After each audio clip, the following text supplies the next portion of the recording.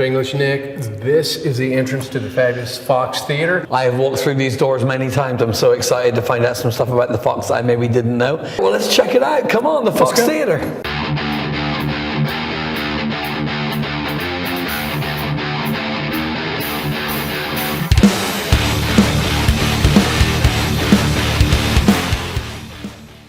We're here inside the fabulous Fox Theater with Lucy, who is the group sales director here for the theater, and Lucy has kindly offered to take us for a behind-the-scenes tour of this lovely facility. And I've never done the tour, so I'm excited to check it out. Well, Lucy, please lead us on. All right. All right, so Lucy has brought us inside the beautiful auditorium. What can you tell us about this, Lucy? Well, as you can see, it is not like any other house that you're used to. We are what is known as an atmospheric theater in the theater world. So what we want you to do is when you step inside the doors of the Fox Theater, you're no longer in Atlanta. You're in another world. This is a world of our creation. You are inside of the castle walls for the evening. It's always twilight here at the Fox Theater. And so if you look up, you can see our night sky. We have 96 stars in the night sky, and a third of them will actually twinkle on and off throughout the entire performance. So they shine through a 3-inch crystal piece, and they all have a heat sensor that's attached to them. So once the light bulb gets too hot, it will actually turn the light bulb off, wait for a second, and when it cools down enough, it'll turn itself back on. So that's how you get this twinkling effect. Nice. Now, rumor has it one of those lights is actually part of a Coca-Cola bottle. So it is a rumor that we neither confirm nor deny. It is a secret that our maintenance team holds very close. But the story that you're referring to goes, the gentleman who was installing those crystal pieces, he took a step back and he cracked one under the heel of his boot. And so he did not have a replacement, but what he did have was a glass Coca-Cola bottle. So one of our stars shines through the glass Coca-Cola bottle. And so I like to invite you whenever you're here before the show starts to take a look up and see if you can try and spot which one is actually a Coca-Cola bottle. Oh, I have no idea, but I'd go for that one right in the middle, right there. This looks like an Arabian courtyard. Yes. Was that the design they were going for? The Shriners were the original architects of the building, and so they put out an all-call to the architects of the city of Atlanta, and they asked them to out-Baghdad in the design of this building. And so the winning architect, he was a Frenchman. His name was Olivier Veneur. He'd never actually been to the Middle East. He based all of the drawings and designs of this building on books that he read in the old Carnegie Library here in Atlanta. Wow. Outstanding. So tell us about the balconies that we see here. They are not actually balconies. Nobody has ever sat in these seats. They're not box seats. They hide all of the pipes for our theater organ, which is a Moeller 5566 Opus theater organ, affectionately called Mighty Mo. So all of Mo's pipes are hidden. The smallest of Mo's pipes is about the size of a pencil, and the tallest one is 35 feet tall. It's about the size of a telephone pole. Interesting. I'd love for our viewers to see Mighty Mo. Okay. Can we do that? Yeah, let's go take a look. Awesome. So Mo is original to the theater. He was installed and commissioned by the Shriners. In fact, he is so large that when they went to go take him out of the factory in Hagerstown, Maryland, they didn't measure the doorways. So they actually had to tear down a wall in the factory to remove it from the factory in order to ship it here.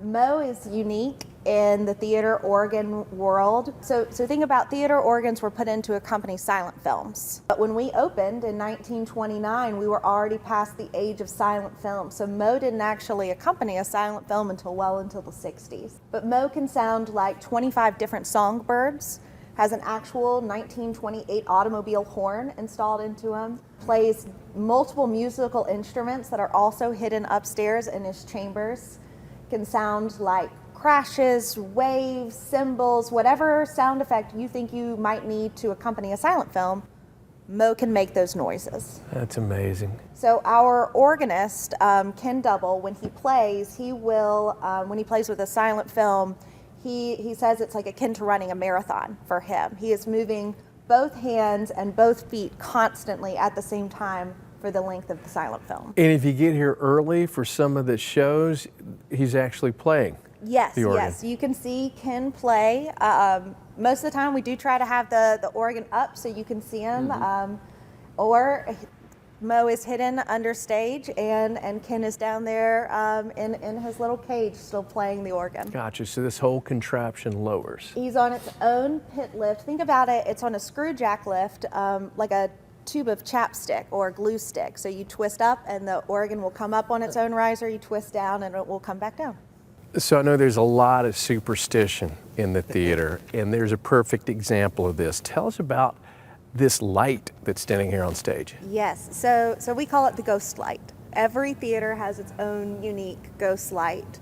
And if you ask the practical folks who work here, they're going to tell you that the ghost light is supposed to be here so you don't fall off the edge of the stage when there's no production.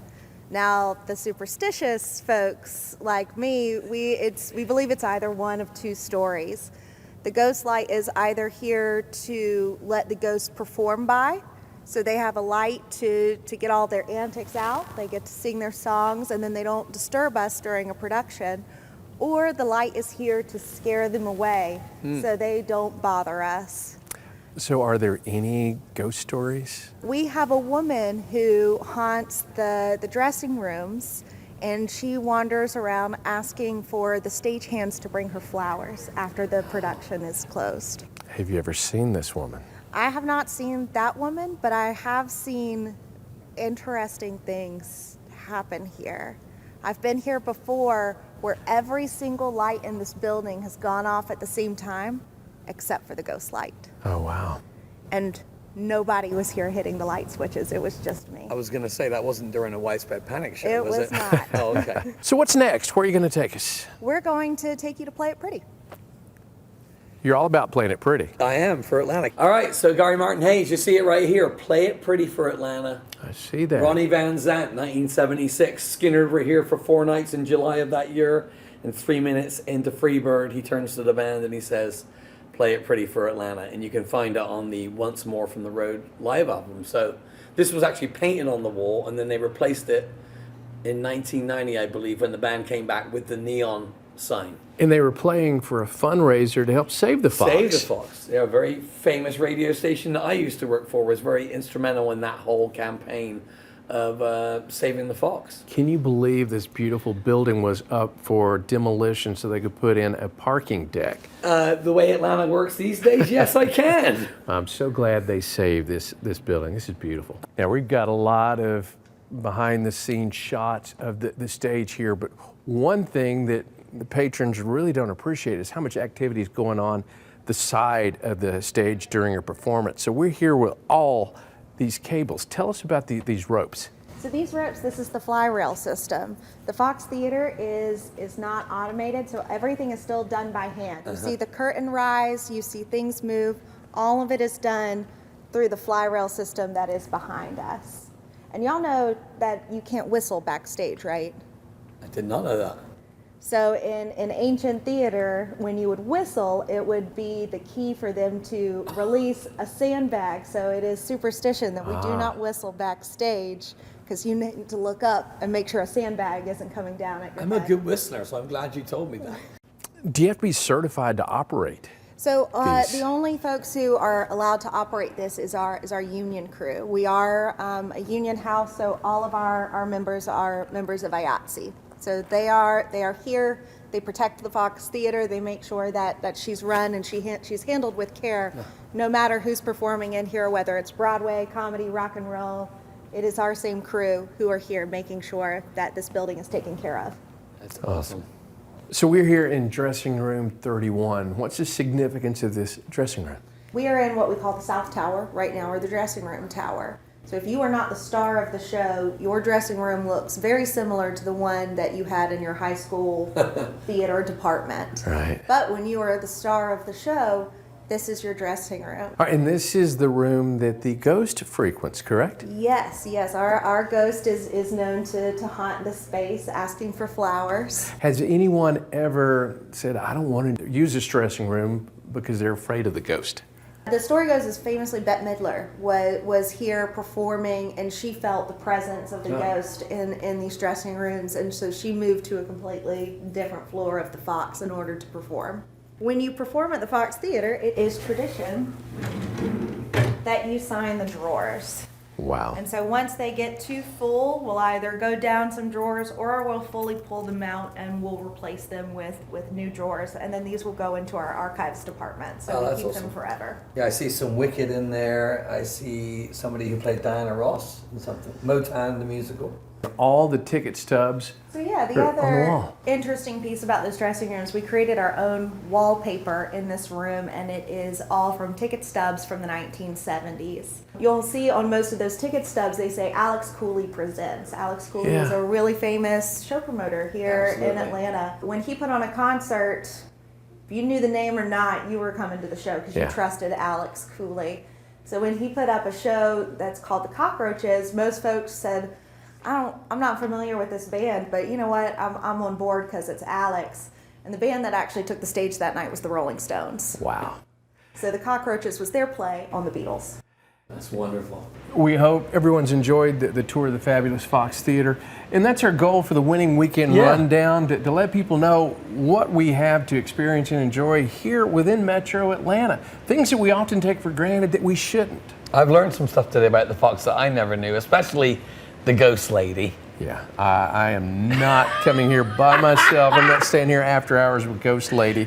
Thanks to the fabulous Fox Theater for allowing us to come here and have the behind the scenes tour. Stay tuned Fridays at 9:50. We have the winning weekend rundown. We're both local. We've been here for years. Yeah, things to eat, concerts, all that stuff. And of course, when there's stuff happening at the Fox, we talk about it. Y'all have a winning weekend. Do it.